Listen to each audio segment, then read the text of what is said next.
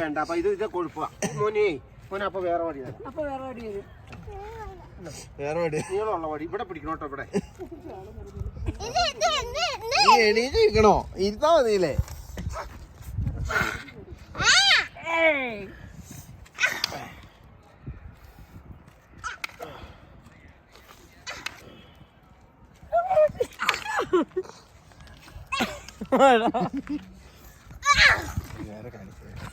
മതി മതി.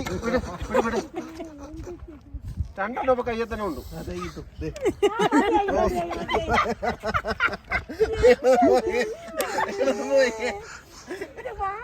കുതിരപ്പുറത്ത്